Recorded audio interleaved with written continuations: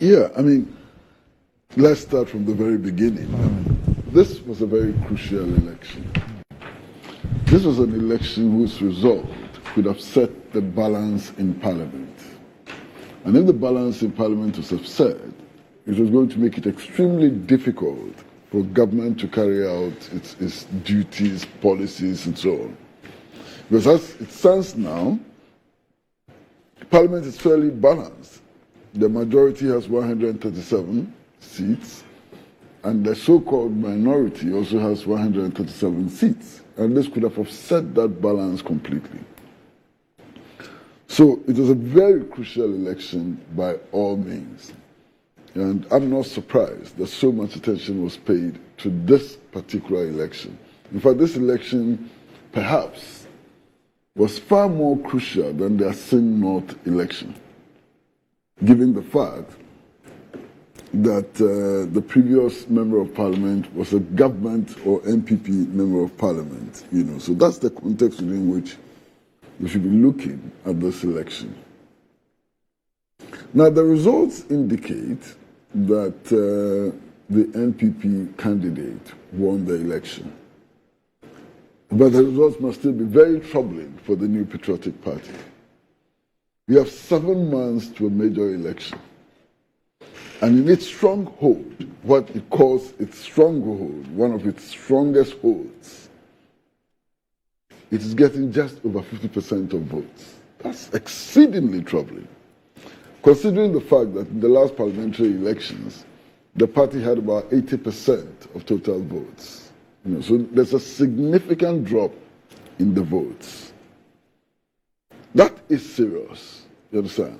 And if that trend is replicated across the Ashanti region, NPP has lost the next election completely, no doubt at all. There are some important factors also that we need to look at. And one of them is the role which was played by persons who were very active in the New Patriotic Party, who now appear to have shifted to the butterfly, the Alliance of Revolutionary Change. And I mentioned in particular somebody like Hobson Adoye, who was the lead person for the independent candidate, Aduomi, in the coalition center. What does that tell us?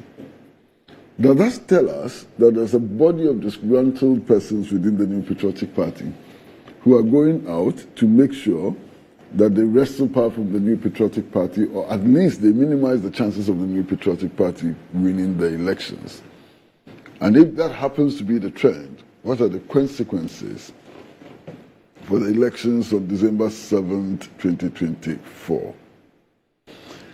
The other thing for me which was exceedingly significant was just the fact that the top hierarchy of the party was in the constituency. The national chairman was on the grounds. The president was there. The vice president was there. Everybody who mattered was there. And yet, this is the outcome. Something is happening, and it's important that political watchers, especially the New Patriotic Party, take note of this significant, developments. And I was most disappointed in the statement made by His Excellency the President at one of the campaign rallies. I was so horrified by that statement. Now here's the President who says that, look, no development project can be undertaken if he doesn't approve it. I wonder why the President would do that to himself. So by implication, all the communities where the roads are bad and have not been acted upon, all the communities who do not have basic facilities and so on, he is the one who has not approved that those projects should be undertaken. And this is coming from himself. And I'm wondering, why? Why would the President do this to himself? But there are other implications which are even more worrying. Here is the President describing himself, not somebody describing, no, the President himself describes himself as an NPP president. Hey! NPP president for NPP. So, those who are not members of the New Patriotic Party, they don't have a president. But does that not sit into, you see, there have been previous instances where the president has made statements and people have come to say that, it was, the president was joking. It was some of the calf thing that perhaps he misspoke. But from what you're saying, the analysis you're making, I mean, there obviously is a certain trend. So what are the two other examples?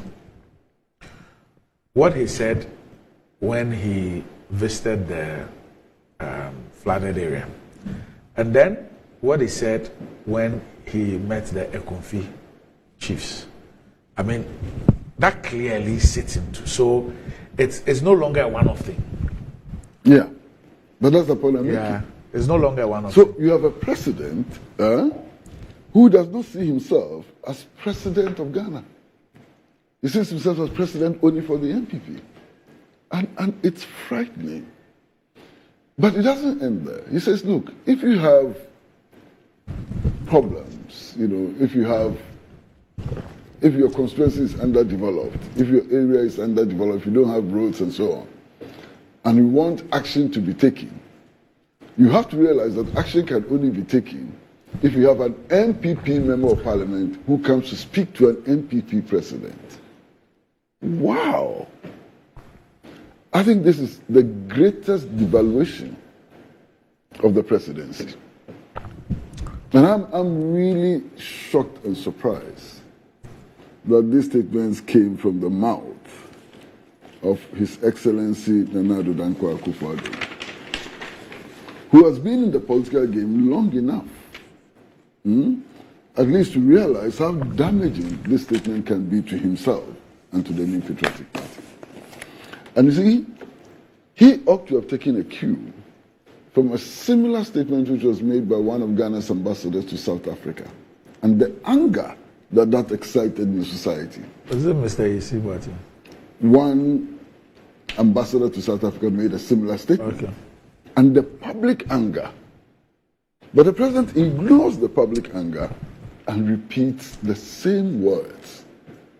And I am indeed horrified. I mean, if this is where we've come to, then this country has a huge problem to deal with, where presidents no longer see themselves as president of the republic, but as president of political parties and so on. It's clearly unpardonable. But you see, I don't know if you're going to discuss separately the statement which was issued by the Ministry of Chieftaincy and Religious Affairs. And if you're going to discuss that separately, I'll put it aside. You can add that. Okay.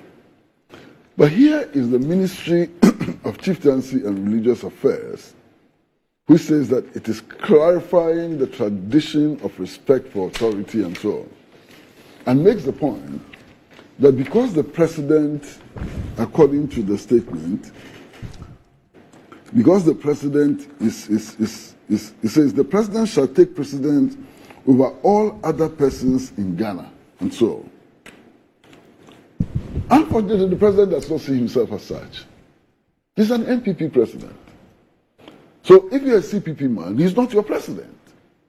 You are not required to accord him the respect that the Ministry for Chieftaincy Affairs insists that we should accord him. Because he's not your president. He's an NPP president. I thought this was particularly damaging. But let's put that aside. The other thing that was thrown up by this election is the rush to undertake road construction and so on. What has happened to all the projects that were started at Asin North? We'll come to that. Okay. But for me, the rush to undertake projects, to repair roads and so on, sends a clear signal to the electorate. And Doc, you know what signal it sends? That the possibility to undertake these projects exists and yet they were not done. Yes. Okay? That the resources of the project existed and they were not utilized in development and so on. Now, the electorate will be angry, they will be annoyed by this insult to them. And yet the politicians cannot read this So they rushed to undertake road construction and do all manner of things and so on, in order to confirm that they had been negligent in the performance of their duties and so on. And hey, this is what the politicians want to do and so on.